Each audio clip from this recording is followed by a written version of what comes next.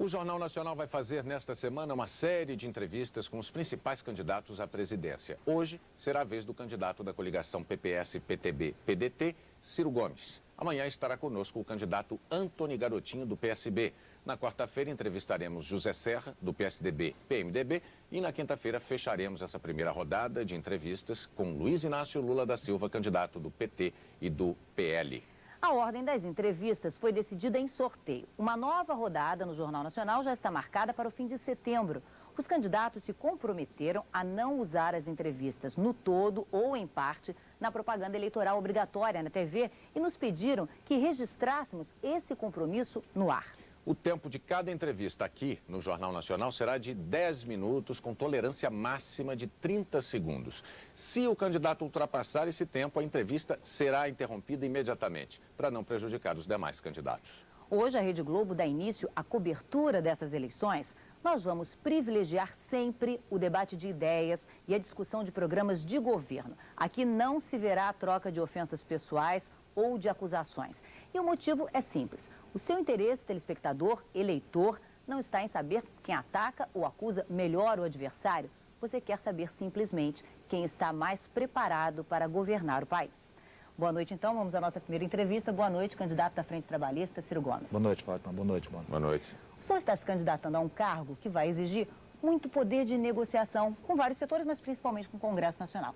Como é que o senhor pretende negociar e, ao mesmo tempo, controlar uma fama que o senhor tem de temperamento explosivo ou, como diz normalmente ou popularmente, a fama de pavio curto? Na verdade, isso é muito mais lenda. Eu já fui ministro da Fazenda, já administrei a economia brasileira numa fase crítica de implantação do Plano Real, já fui governador de um estado, que é o 8º estado brasileiro, já fui prefeito de Fortaleza, que é a 5ª maior cidade do Brasil, e todo mundo que fizer um mínimo de pesquisa vai ver que foram momentos de grande paz política. Eu acho que a chance do Brasil está em equilibrar bem uma relação de negociação com mobilização. Porque se você só negociar nos gabinetes fechados de Brasília, a tendência é que o presidente da República acabe refém dos interesses de um setor privilegiado, já organizado e ativo da sociedade brasileira. Se você fizer só o apelo populista às massas, você estará trazendo crises e tensões que não são boas para o país. Então a solução é equilibrar bem mobilização da sociedade, informar a sociedade com o respeito ao Congresso Nacional, que é onde está o santuário da democracia. O senhor sente no ambiente político e mesmo no empresariado brasileiro um clima receptivo a negociações com o senhor? O senhor não enxerga essa imagem que é atribuída ao senhor de uma pessoa de temperamento difícil, como disse a Fátima, o pavio curto? O senhor não enxerga isso nos comentários? Eu percebo, claro, que há aqui e ali, e na verdade se confunde um pouco pavio curto com uma certa afirmação. Eu sou um homem de convicções, é bem verdade. Eu sou indignado. O Brasil tem hoje coisas que não dá para você, a não ser que você seja um verme, para ficar bancando o Lorde inglês, quando uma sociedade está com 11 milhões e 500 mil pessoas desempregadas, a violência desafia pela impunidade o próprio Estado de Direito Democrático, as epidemias medievais estão de volta, os salários encolhem a 11,5% em 12 meses, a indústria está numa queda livre, enfim, não faltam razões para que o brasileiro esteja indignado. O que eu tenho creio, a capacidade de passar da indignação para realizar soluções concretas. Negociando. Negociando, como é natural na democracia. O seu grupo político vai completar esse ano 16 anos no poder no estado do Ceará. E nesse período conquistou números muito expressivos, foram conquistas importantes. Eu tenho alguns números aqui, posso citar. A mortalidade infantil hoje é 1/3 do que era há 16 anos. Nós ganhamos o Prêmio Mundial das Nações Unidas. Exato. Os domicílios particulares com saneamento básico adequado, eles foram duplicados nesse período de 16 anos, o PIB do estado dobrou. No entanto, o Ceará ainda hoje tem o 5º maior índice de mortalidade infantil do Brasil, o analfabetismo é o 4º mais alto, há problemas. O índice de desenvolvimento humano é o 22º do Brasil. Isso depois de quase 16 anos. Como é que o senhor pretende cumprir todas as promessas que o senhor está fazendo nessa campanha de mudanças radicais da estrutura social brasileira num mandato de apenas 4 anos, candidato? Na verdade, não é o candidato que resolve todos os problemas. Eu não acredito em salvadores da pátria. O que nós precisamos é tomar o rumo certo. O que eu estou propondo ao Brasil não é um conjunto de promessas, é tomar um caminho por onde você começa a resolver os problemas, que é como nós fizemos no Ceará. Eu fui governador 4 anos apenas. Os outros anos todos foram o governador Tasso Gereissati, que é um fenômeno. Com quem o senhor é aliado, somos bons amigos, alinhado politicamente. Nós somos bons amigos, embora ele seja do PSDB, não é? Agora, esse projeto lá tomou o Ceará um dos estados mais pobres do Brasil. E nós temos, de fato, números relativos muito estimulantes, mas nenhuma ilusão de que você pode estalar o dedo e resolver os problemas do dia para a noite. Mas o senhor usou uma palavra importante, ilusão. O senhor não teme, com as promessas que faz, gerar uma frustração de expectativas lá na frente, quando terminar o mandato de 4 anos como presidente, o senhor não tiver atingido essas metas todas? Não, mas as metas são muito objetivas. Quem tomar o cuidado de olhar o nosso programa de governo, se você me permitir, os detalhes estão num site, ciro23.com.br. Ali a gente fala em tarefas para serem desenvolvidas numa parceria entre Estado, iniciativa privada, sociedade civil organizada, porque não há milagre possível. O que nós precisamos, e dá para prometer, é uma inversão de rumo. É celebrar um novo projeto nacional de desenvolvimento preocupado em devolver ao país uma estratégia de crescimento econômico, enfrentar a miséria de massa e a pior concentração de renda do mundo, recuperar a soberania nacional. Nosso país está hoje vulnerável a ataques da especulação internacional e moralizar a vida pública brasileira. Cada um desses objetivos estratégicos tem metas que podem ser praticadas no curto, no médio e no longo prazo. Candidato, vamos tratar então de um ponto do seu programa, que é a renegociação da dívida interna. Você tem falado muito nisso. Vamos trazer para o mais próximo do nosso público quem tem dinheiro aplicado na poupança, quem tem dinheiro aplicado no investimento de renda fixa. Essas pessoas vão receber no prazo e com os investimentos combinados antecipadamente? Vão. Quer dizer, podem ficar todos os brasileiros sossegados de que, se tocar a mim o privilégio de servir a esse país como seu presidente, não haverá quebra de contrato, não haverá imposição unilateral de nada. Apenas o Brasil, levando bem para o popular, é um cidadão que ganha R$1.000 por mês e está devendo R$20.000 que vence amanhã.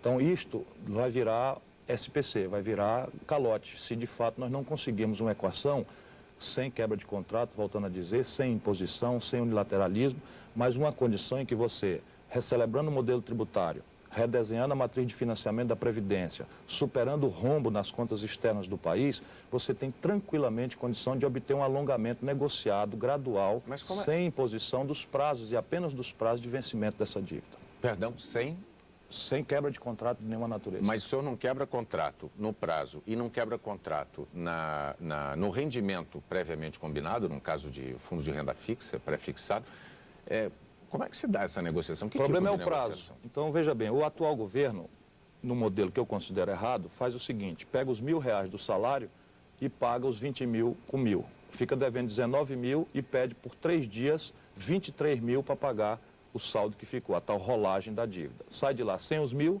devendo 23.000 e empurra o problema com a barriga por 3 dias. Quem não tem experiência fala em calote, fala em quebra de contrato. E eu fui o único caso de administrador público brasileiro que pagou 100% da dívida mobiliária do seu estado, quando fui governador do Ceará, com 15 anos de antecedência. O que nós podemos fazer? Premiar voluntariamente o aplicador que queira alongar o prazo com a taxa de juros mais alta e tensionar também via mercado, sem qualquer tipo de aventura, a taxa de juros de curto prazo para mais baixo. De maneira que você estabelece uma diferença. Quem emprestar por mais longo prazo recebe um pouco mais de prêmio. Agora, o senhor há de compreender que quando se fala em renegociação, isso provoca arrepios em muita gente. Por isso que eu nunca falei a palavra renegociação. Mas ela está contida no seu discurso. Não é renegociação a palavra. Nós propomos um alongamento gradual e negociado dos prazos. Alongamento é um nome, digamos, mais... No mercado, o jargão é Asset Liability Management. Sim, aí nós chegamos a um ponto importante, que é técnico, mas é importante para o público telespectador, eleitor. O economista Fábio Giambiadi, ele citou recentemente exemplos de países europeus que passaram por situação muito parecida com a do Brasil em relação àquela proporção da dívida pública e do PIB. Ele cita como exemplo, além de Itália, Bélgica, ele cita como exemplo a Irlanda. A Irlanda tinha um caso até mais dramático do que o nosso. Proporcionalmente, era o dobro da dívida. A dívida em relação ao PIB era o dobro do nosso problema. O que fez a Irlanda e o que fizeram esses demais países? Eles investiram no chamado superávit primário. O superávit primário é aquilo, é o que toda dona de casa faz. Ela não pode gastar mais do que ela arrecada. Basicamente é isso. Então, esses países estão nesse esforço há muitos anos. Isso é básico. No caso da Irlanda, há 15 anos. Isso é básico. O Brasil... Mas se eles conseguiram driblar esse problema, e a dívida que era de 111% do PIB... caiu para 30% recentemente na Irlanda. Por que o Brasil não pode optar por esse caminho sem falar em alongamento das negociações? A questão de alongar o prazo é física. A questão básica é o seguinte, que o governo brasileiro atual encurtou de tal forma os prazos da dívida e está encurtando todo dia, que quando o próximo governo assumir, você simplesmente vai arrecadar com toda o superávit que você quiser imaginar, no mais generoso dos superávites, ainda assim fisicamente não é suficiente. Então você tem que evitar a inflação. Eu ajudei a fazer o Plano Real, tenho um compromisso com a estabilidade. Você tem que evitar o calote. A única coisa que você pode fazer é o que o mercado conhece, a Asset Liability Management, mas isso não é absolutamente central no nosso programa. O central no nosso programa é devolver ao país uma condição de crescer a economia, sem o que mesmo essa dívida não tem condição de ser administrada. E os empregos que a população precisa para poder trabalhar e a massa de salários.